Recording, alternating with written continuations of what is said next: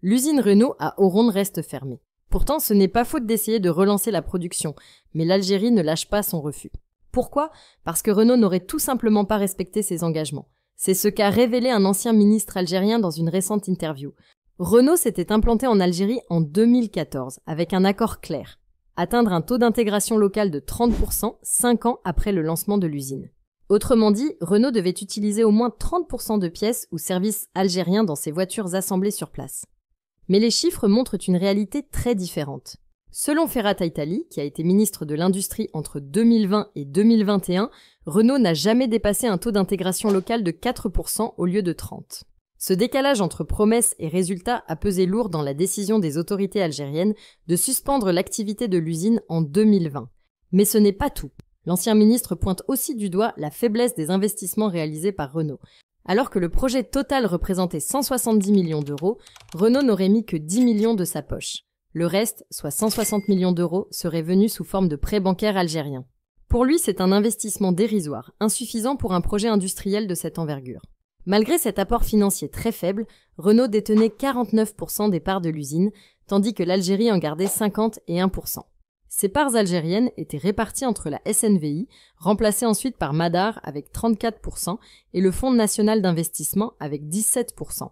L'ancien ministre accuse Renault d'avoir imposé ses règles, parfois avec la complicité de certains responsables algériens, et d'avoir manipulé le calcul du taux d'intégration.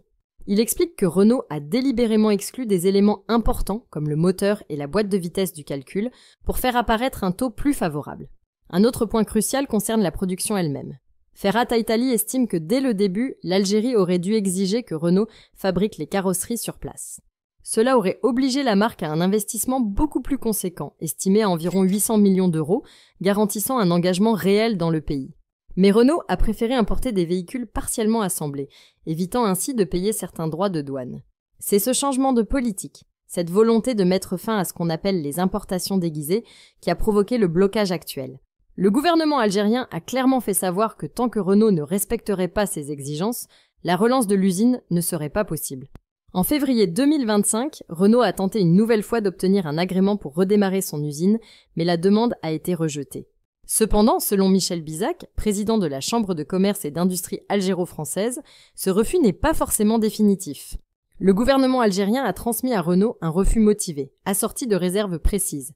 Le constructeur travaille désormais à lever ses réserves pour espérer obtenir une nouvelle autorisation. Cette situation illustre les tensions qui existent autour du développement industriel en Algérie. Le pays veut un véritable transfert de technologie, des investissements importants et surtout un vrai engagement local.